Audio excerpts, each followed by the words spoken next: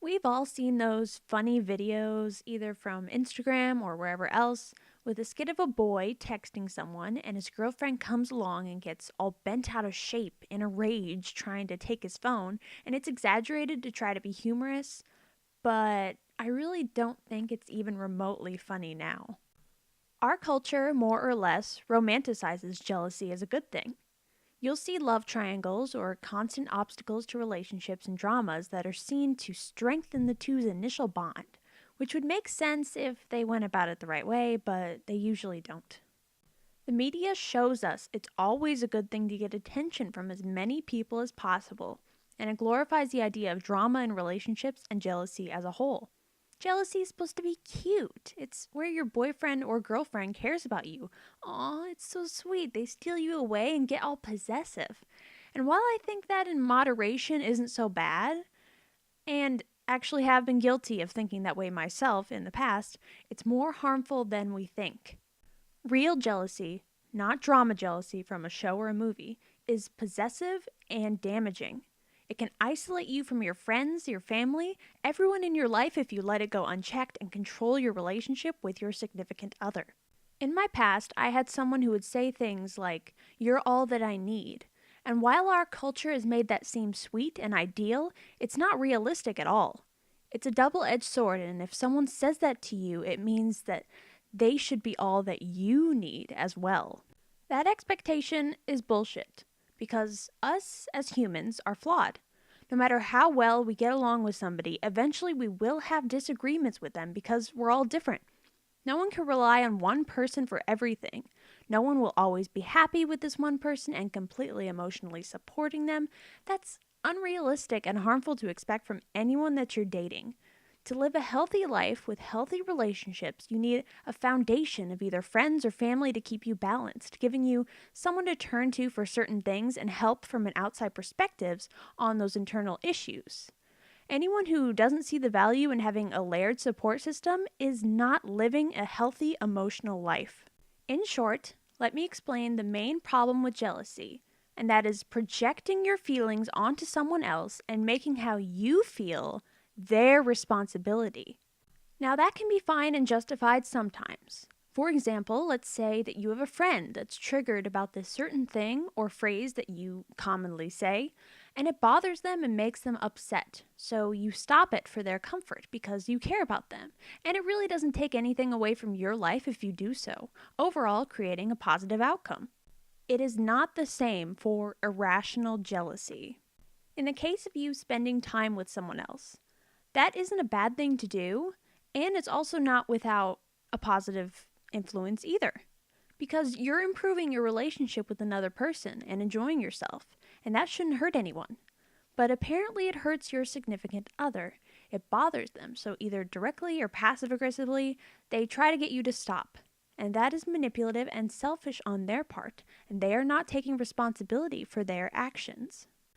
Another measuring aspect you can apply to this is caring about how someone feels goes both ways. With my first example, you stop your behavior of triggering your friend because that's just one little thing that upsets them. But let's say it's something different, like how your friend is a vegan and you eating meat upsets them in the same way. How would you handle that situation? That's different because your friend is refusing to accept your differences and is asking a lot more from you. Instead of just not saying a word or talking about a subject, they're asking you to change your behavior, something that makes you happy and isn't really hurting anyone, making their problem your problem. Their standard should be your standard. Look at it this way. Imagine a religious person imposing their standards onto a non-religious person, telling them that they believe something like sex before marriage is a sin, and them telling them you shouldn't do it, and they'll be so upset with you if you do it, and constantly condemn you for it. But on the flip side, let's say that your friend is bugging you about something like how much you drink alcohol. You think it's fine, but they think it's becoming a bit of a problem. Inevitably, it is your decision that you make as an adult, and that friend might be looking out for your best interest, but still they cannot actually make you change. It's a little complex because you have to know where to draw the line between what you can afford to change about yourself or your behavior, and what you're not willing to. Each person's standards are different from person to person, and while some people will accept and change things for the people they love, there is a line that a friend, a family member, or a significant other should see and not cross. And it's when you see that person trying to make you change that line again and again, trying to get you to move it to make them more comfortable, that is a big red flag and a sign of manipulation. In every relationship, you will see these lines, these boundaries that everyone has set up and how much they can change and what they believe is right. Some people's lines are more flexible and will move more frequently, others are more tight set, but everyone has these lines. Let's go back to the vegan example again. Like, you have that friend who can be passive aggressive towards you all the time when it comes to the fact that they're a vegan and you're not. They'll make jokes about how you're an animal killer and they'll laugh about it, and it makes you kind of uncomfortable, but you don't want to seem oversensitive and make it a big deal. But eventually you can't take it, and you see that they're trying to push you into not eating meat, and it's not right because that's your decision to make. You have every right to bring that up with them and tell them to stop, and being free to impose the consequence if they don't. It's the same with relationships. If your boyfriend or girlfriend is trying to make you change your behaviors, whether it's hanging out with your friends or family, you have to create that line and make sure it is known. You look at your relationship with them, you consider what they want, and you'll be flexible if you can afford to do so. You tell them that you care about their feelings and comfort, but also why doing whatever it is you're doing is important to you and not hurting anybody or changing the way that you feel about them.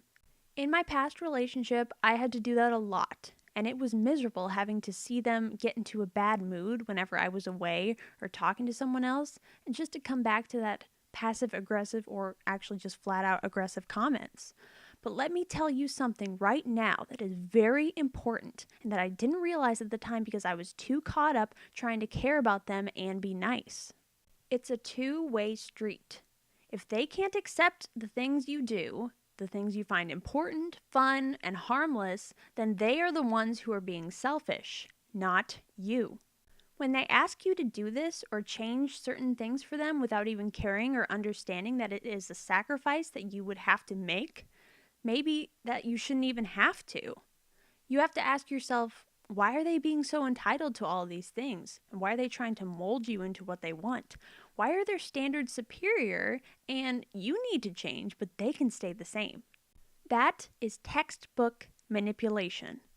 If someone who's doing that to you can't see the impact it has on you, the negative way it makes you feel when they project their feelings onto you and force you to change, that is their fault. You are not preventing them from speaking their mind. They just aren't taking into account how you feel. They aren't caring about the impact their standards have on you, and that isn't a fair and good relationship to be in. No matter how jealous your significant other feels, that is their responsibility. Everyone has to take responsibility for how they feel when they act on it. And to do that, they take a step back, they look at their feelings, and they ask themselves, how will this make someone else feel if I tell them this? And am I being rational and fair to do that? If you don't believe it when your significant other tells you that they love you most, and if they actually haven't done anything to betray your trust, then that is your problem and not theirs. I know that I have irrational thoughts of jealousy. When I see a friend talking more to someone else, I can feel upset. And I think that everybody feels that way from time to time. But should you always act on it? No. If you cared about that person, you wouldn't let your feelings control you just to selfishly try to get a reaction out of them, to make them change their behavior or reassure you just so you could feel better. Of course, if it's something major, like you feel like you're hardly even talking to them anymore and not feeling as close to them as you used to, then yes, you should tell them your feelings and have good communication. But the difference is having the emotional maturity to tell when your feelings are being harmful and selfish, letting them loose just because you want that reaction, and when they're actually justified and it would benefit you both to make a change. Let me be clear that you are not leading someone on if you try to make something work, but inevitably your lines or boundaries don't match up. So don't let anyone make you feel guilty about that. Being in a romantic relationship isn't only a feeling. It isn't only an emotional knee jerk reaction or a crush. It's actually a decision to do what's best for your significant other and for yourself. It's knowing your boundaries and being realistic about them and giving yourself a chance to look at everything from a well rounded perspective and making a choice, even if it's painful or difficult. Love isn't like it's portrayed in fiction, where if you stick it out with someone, no matter how different, all of your problems will cease to exist. As long as you have each other, everything will be fine. I wish that were true, and the media makes it seem that way in some fictional portrayals, but it's actually impossible. If you recognize those emotionally manipulative behaviors and try to end the relationship, your boyfriend or your girlfriend might see it as you throwing away a relationship. But in my perspective, it's like the pruning of branches. It's painful and it leaves you feeling like you're missing an important part of yourself. But one day you will grow again, stronger and more fruitful than before because you let yourself learn from the experience. You should allow yourself to do that and give yourself the chance to love yourself before taking the chance of loving someone else. Because as long as you have that strong sense of self worth and values and boundaries, you can survive anything.